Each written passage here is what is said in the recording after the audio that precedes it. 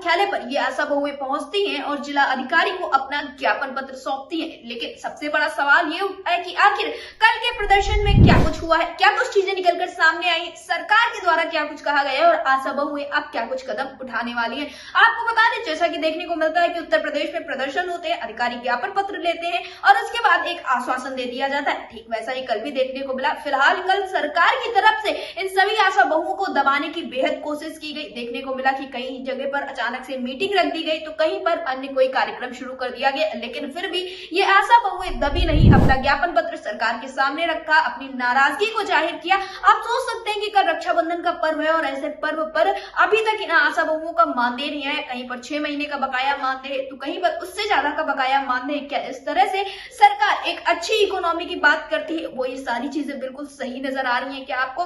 वहीं दूसरी तरफ देखने को मिला है कि जहां कल के प्रदर्शन के बाद सरकार थोड़ा सा घबराई हुई नजर आ रही है, तो वहीं दूसरी तरफ संगठन की तरफ से एक बड़ा कार्यक्रम करने की और तैयारी कर ली गई। आपको बता दें, एक नई रणनीति बनाई जा रही है जिसमें पूरे उत्तर प्रदेश की आशा बहुएं एक साथ एक बैनर तले राजधानी लखनऊ में पहुंचने वाली, क्योंकि इस बार जो प्रदर्शन हुआ था वो तो हर जिला मुख्यालय पर हुआ था, लेकिन अब जब जो कार्यक्रम होगा तो वो लखनऊ में होगा और उसमें पूरे राज्य भर की महिलाएं एक साथ आएंगी, एक साथ अपनी आवाज को बुलंद करेंगी। ये कार्यक्रम लगभग अक्टूबर के महीने में होने वाला है और ये कार्यक्रम किस तरह से होगा, किन किन मांगों को लेकर होगा, इस विषय पर ज्यादा जानकारी देते हुए प्रदेश अध्यक्ष विजय विद्रोही ने क्या कुछ कहा है, आप भी सुनिए। विजय विद्रोही जी, आपका हमारे चैनल अटल टीवी पे बहुत बहुत स्वागत है। जी, आपका आभार, धन्यवाद। विजय विद्रोही जी, जैसा कि देखने को मिला था कि कल उत्तर प्रदेश में आशा वर्कर्स के द्वारा एक प्रदर्शन किया जाता है जिसमें जिला मुख्यालय पर ज्ञापन पत्र सौंपने का कार्य किया जाना, तो मैं जानना चाहूंगी क्या कुछ चीजें निकलकर सामने आई है, क्या ज्ञापन पत्र सौंप दिया गया है, सरकार की तरफ से क्या कुछ कहा गया है? देखिए, एक बात ये समझ लीजिए कि सरकार की तरफ से तो कोई खास रिस्पांस न पहले था न अभी है। जी जी। जहाँ भी जिलाधिकारियों को या मुख्य चिकित्सा अधिकारियों को ज्ञापन दिए गए हैं, वहाँ एक ही बात निकल के आई है कि अभी बजट नहीं है जी। जो इनका जो 2024 से 25 का भुगतान बाकी है जी। इधर के 6 महीने बीत गए, 7वां महीना भी पूरा होने वाला है, इसका तमाम पैसा बाकी है, इनके राष्ट्रीय अभियानों का तमाम पैसा बाकी है। तो उनका कहना है कि बजट ही नहीं है जी। बजट का ये है कि जो प्राप्त जानकारी है वो ये है कि केंद्र सरकार ने अप्रैल के महीने में 31 मार्च को जो बजट खारिज किया, उसमें एनएचएम को जो बजट भेजना था जी, वो बजट किसी त्रुटि की वजह से राज्य सरकार के खाते में चला गया जी। राज्य सरकार अप्रैल से लेकर के और अभी तक उस पैसे को एनएचएम के खाते में हस्तांतरित नहीं कर रही जी। तो एनएचएम के पास जो कुछ थोड़ा बहुत पैसा था उसको उन्होंने वितरित किया है, बहुत विक्षोभ न पड़े इतना पैसा दे रहे हैं, लेकिन राज्य सरकार वो पैसा नहीं दे रही। तो 2 लाख आशा कर्मी और 1 लाख जो दूसरे संविदा कर्मी है इसके अंदर एनएचएम के अंदर काम कर रहे हैं राष्ट्रीय स्वास्थ्य मिशन में, इन सब का भुगतान बाधित हो गया है और अभी भी वही है कि बजट नहीं है, तो बजट होगा तो भुगतान कर देंगे। बहुत आश्चर्यजनक बात है कि डबल इंजन की सरकार बताई जाती है कि उत्तर प्रदेश बहुत विकास कर रहा है, दिल्ली में बड़ा बड़ा बयान देते हैं कि 3 ट्रिलियन की इकोनॉमी है, दुनिया की चौथी और तीसरी अर्थव्यवस्था हम बन गए हैं। 2000 रुपया देने में ये हाफते लगते हैं जी। आश्चर्यजनक बात ये है कि वो 2000 रुपया देना दूर की बात है, अभी वो 1 महीने के फाइलेरिया के अभियान की फिर घोषणा कर रहे हैं जी। काम इनको रोज चाहिए, पैसा है नहीं, बजट है नहीं जी। तो सरकारों का जो पूरा रुख और चरित्र है वो बहुत स्पष्ट है। प्रतिवाद बहुत जबरदस्त हुआ, पूरे प्रदेश के अंदर बहुत दबाव था, कल बहुत कार्यक्रम को रोकने के लिए भी बहुत डराया धमकाया गया, नौकरी से निकाल देने की जगह जगह धमकियां दी गई, पुलिस का भी भय दिखाया गया, मुकदमे लादने की भी धमकियां दी गई, खासतौर से लखीमपुर में हमारे नेताओं को डराने की बड़ी कोशिश हुई और जगह जगह कुछ इस तरह के जो इनके नियमित काम होते हैं, जैसे मीटिंग रख देना, क्लस्टर मीटिंग करना और ट्रिब्यूनल का वैक्सीनेशन का एक नया फरमान जारी कर देना, इस तरह के कामों को ऐलान करके और बाध्य किया गया लोगों को अचानक, जिसके लिए लोग तैयार नहीं थे। तो इस वजह से कई जगहों में जरूर कुछ दिक्कत आई है। लेकिन उसके बावजूद भी पूरे प्रदेश के पैमाने पर 15,000 से अधिक लोगों ने विभिन्न जिलों में इस कार्यक्रम में हिस्सा लिया। और हम लोग अक्टूबर के महीने में फिर राजधानी की ओर बढ़ने का कार्यक्रम हम लोग तैयार कर रहे हैं और हम लोग लड़ेंगे, निर्णायक लड़ाई की तरफ जाने के अलावा हमारे पास कोई रास्ता नहीं। जी बिल्कुल ठीक कहा आपने विजय जी। जैसा कि देखने को मिला कि तमाम आशा बहुएं राजधानी लखनऊ में भी प्रदर्शन करने के लिए आतुर थी और काफ़ी जहमत की बात देखने को मिला, काफ़ी मशक्कत करनी पड़ी, फिर डीएम को ज्ञापन पत्र सौंपा गया। लेकिन ये सिलसिला देखा जाए तो एक लंबे समय से चला आ रहा है। प्रदर्शन करना, ज्ञापन पत्र सौंपना, सरकार का आश्वासन दे देना। जैसा कि आप बता रहे हैं अक्टूबर में एक नया कार्यक्रम किया जाएगा, तो क्या अक्टूबर का जो कार्यक्रम होगा वो एक वृहद स्तर पर किया जाएगा? निश्चित तौर से हम लोग उत्तर प्रदेश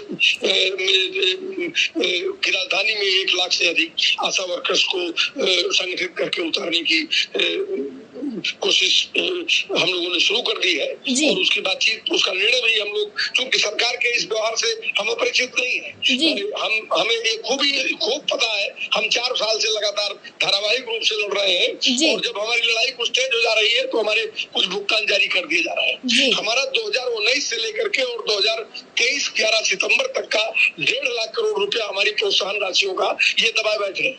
ये एक बहुत बड़ा स्कैम है। 1.5 लाख करोड़ रुपया बहुत बड़ा स्कैम है और इस स्कैम को में कौन कौन से लोग शामिल है, इस बात का अंदाजा इस बात से लगाया जा सकता है कि हम लोगों ने योगी को भेजो मेल नाम से एक आंदोलन चलाया था, जिसमें 52,000 आशा कर्मियों ने व्यक्तिगत चिट्ठी उत्तर प्रदेश के मुख्यमंत्री को लिख करके और इस स्कैम की जांच कराने और उस पैसे की रिकवरी करा करके और उसका भुगतान कराने की मांग की थी। पूरे प्रति महीने लगभग हम लोग प्रदेश के विभिन्न हिस्सों से ज्ञापन भेजते हैं। हजारों महिलाएं सड़क पर उतरती हैं। हम लोगों ने 2023 के 1 मार्च से लेकर के और 16 मार्च तक जो है 16 मंडलों में धरना प्रदर्शन, 43 जिलों में कार्यक्रम, आंदोलन, 70,000 लोगों ने उस कार्यक्रम में हिस्सा लिया।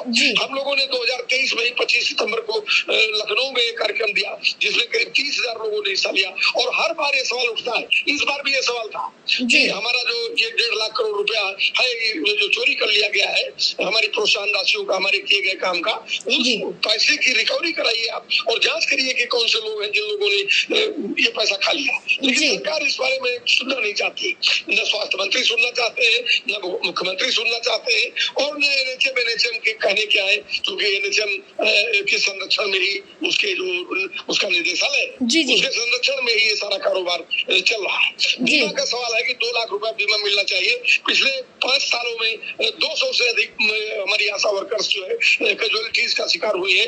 2 लाख रुपए का बीमा मिलता है लेकिन किसी का भी एक भी दावा स्वीकार नहीं किया गया, दिया ही नहीं गया और उनको कोई बीमा राशि नहीं दी गई। तो इस तरह से 45वें 46वें सम्मेलन की सिफारिशों के अनुरूप न्यूनतम देना, वेतन देना तो दूर की बात है, हमको जो मिल रहा है उसमें 2,000 करोड़ की सालाना लूट की जा रही है, छिनती कर ले रहे हैं। जो लोग छीन ले रहे हैं वो पैसा। 500 रुपए आपका बाउचर लेंगे तो उसका जमा करना है। 2 लाख लोगों से 500 रुपया महीना ले रहे हैं। मैंने आपका 10,000 रुपए किसी मत का हो गया है तो उसमें 5,000 चाहिए। इस तरह की लूट हो रही है। इसकी हजारों शिकायतें हैं, मेल तो भरे हुए हैं, शिकायतों के अंबार लगे हुए हैं, लेकिन कोई सुनने को तैयार नहीं है। सब कान में जो मेरी शिकायतें कहाँ जाती है, कौन देखता है, कौन कहाँ फेंक देता है उन चिट्ठियों को, मैं तो नहीं समझ पा रहा हूँ कि गुड गवर्नेंस वाला जो ईमानदारी वाला जो उत्तर प्रदेश में राज चल रहा है, इस राज का क्या कहने कि मैंने 2,000 पाने वाली आशा वर्कर्स का 500 रुपया जब तक वो 1.5 लाख पाने वाला छीन नहीं लेगा तब तक उसका पेट नहीं भरेगा। तो ये सब सवाल है जिनको लेके हम लोग अपनी लड़ाई को आगे बढ़ाएंगे और हमें बखूबी पता है कि सरकार हम लोगों के लिए नहीं है, मेहनत कशों के लिए नहीं है। ये अभी 17 करोड़ लोगों को उस 7.5 करोड़ लोगों को अभी ये फाइलेरिया का दवा खिलाया जाना है और 7.5 करोड़ लोगों तक कौन लोग जाएंगे? 7.5 करोड़ लोगों तक जाने के लिए यही आशा वर्कर्स हैं। लेकिन इनको भुगतान देने के नाम पर अभी 15 साल पहले आपने फाइलेरिया का जो रेट 75 रुपया तय किया था, 100 रुपया तय किया था, उसका कोई रिवीजन आपने नहीं किया। महंगाई आसमान में चली गई, उनकी मेहनत बढ़ गई, मरीजों की संख्या बढ़ गई, उनको चिन्हित करने का कारोबार बढ़ गया, लेकिन न कोई इनका जो वाहन भत्ता है, न कोई यात्रा भत्ता है, न कोई कुछ नहीं। उनका 100 रुपया मिल रहा है, पहले 75 दिया जाएगा, वो भी सालों लटका रहेगा, वर्षों का लटका हुआ है। अभी टीबी स्क्रीनिंग हुई, उसका पैसा फंसा हुआ है। एडमिनिस्ट्रेशन का सवाल ये है कि आप आश्चर्य करिए कि 2 लाख महिलाएं जिस संस्थान में काम कर रही है, जिसकी एमडी महिला है, जिस सरकार का नारा महिला सुरक्षा और महिला सम्मान है, वहां पर दो ऐसे अधिकारी बैठे हुए हैं जो कह रहे हैं कि आप मटकी जैसा पेट लेके घूम रहे हो, आप अपना ऑपरेशन करा लो। ये कह रहा है कि मुंह दिखाइए और पैसे ले जाइए। आपके लखनऊ में एक मैंने इतनी अभद्र भाषा का कल एक मैं वीडियो देख रहा था, आई थी डीएम के यहाँ, उन्होंने आप ही के चैनल पे कहा कि जो है अधिकारी कहते हैं हमारा क्या उखाड़ लेंगे। जी जी, मैंने ये तो, और एक जेंडर सेंसिटाइजेशन कमेटी नहीं बन रही है और इस तरह के अधिकारियों के खिलाफ कोई कार्रवाई नहीं हुई, तो आप समझ सकते हैं कि कितना नारी सम्मान, कितना नारी सुरक्षा और कितना कर्मचारियों के हित और उनके पक्ष में कितना सरकार खड़ी है कि राखी का त्योहार कल है और ये 2000 पाने वाली लोग सड़क पर अपने उस 2000 के लिए भटक रही है, लड़ रही है, जूझ रही है और जवाब मिल रहा है तो कि जो है आपका पैसा तो कुंभ में सरकार ने खर्च कर लिया है और जब बजट जारी करेगी तो हम देंगे। तो कुंभ में 100 करोड़ का 60 करोड़ का रिकॉर्ड बनाने वाले उत्तर प्रदेश के मुख्यमंत्री को और यहाँ की सरकार को अगर कुछ शर्म हो तो ईमानदारी से इनके 1.5 लाख करोड़ रुपए की चोरी पर जांच बैठाएं, इनका भुगतान करें, जो इनके वर्तमान के भुगतान है उनको करें और इनको न्यूनतम वेतन की